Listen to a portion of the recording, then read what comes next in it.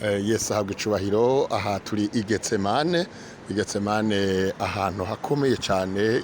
Itongo rya Getsemane niryo umwami wacu Yesu Kristo yaje gusengeramwo. Murabona hariya mubona hakurya ni Yerusalemu, harya niho hari urusengero.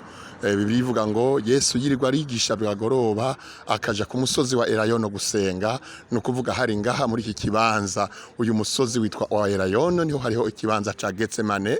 Murabona ko baciye bahubaka ishengero aho Yesu yapfukamye agasenga akabira uguya rw'amaraso. Aha hantu niho turi. Murabona kino kiyaya, iki kiyaya ni ca Kidironi. Yesu yava Yerusalemu hariya ku rusengero akajabuka Kidironi akaduga ngaha ku musozi wa Elayono ariho Getsemane gusenga.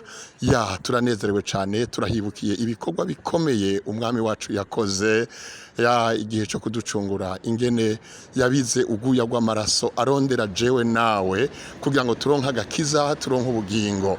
Naha niho turi i Getsemane. Turanezerewe, nongera guhamagarira umuntu wese yatewe iteka n'Imana kuronka iyi video kugira ngo ugire icyo ukoze mu buzima bwawe. Si ukugira ngo wumvirize gusa canke wumve ivyabaye, ariko no kugira ngo wewe utarakira Yesu Kristo ufata ingingo yo kwihana. Eheraba Getsemane n'iri shamba n'iri tongo, naha umwami wacu Yesu Kristo yafukamye asenga. Bibiliya ivuga ngo yaciye ajya yigirwa imbere gato nkaho hotegwa ibuye. No kuvuga ngaha mu rusengero abigishwa nabo basigara ngaha. Aha murahabona aho basigaye bapfukamye bariko barasenga, hanyuma barasinzira.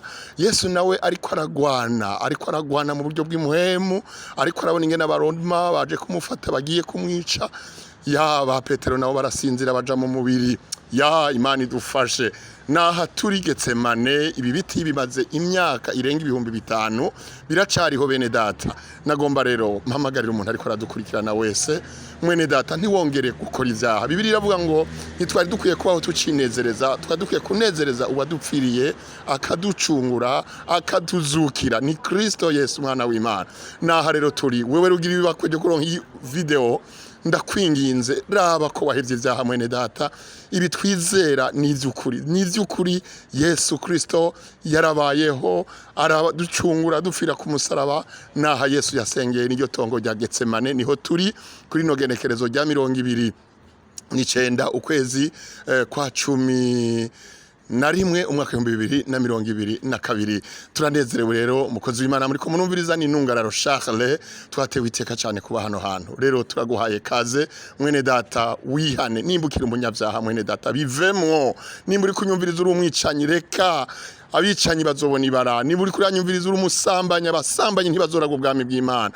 Abarozi, ababeshi, abakora ivyo kugabitanya ntibazoragwa ubwami bw'Imana. Yesu yaje hano i Getsemane akurondera wewe nanje ngo tuhinduke tubivyaremwe bishasha. Kaze rero muri Kristo Yesu, wakira agakiza umwanya ukihari. Reka tugusengere wewe wumva ko hari icyo ukwiye gukora mu buzima bwawe. Imana ikubabarire wibuke igikorwa Yesu yakoze hano i Getsemane.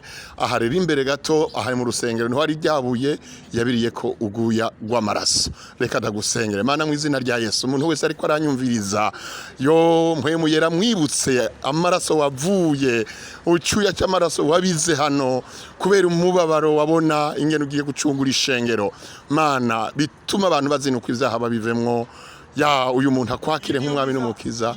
Urakoze Mana, kutanze imbabazi mu izina rya Yesu Kristo. Amen. Amen. Aba n'abantu baje bava hirya no hino baje kuraba hano i Getsemane. Turanezerewe cyane, murabona ko ari ibintu byiza cyane gose. Imana ihabwe icubahiro. Uru nigo rusengero rw'i Getsemane. Naha niho twinjiye.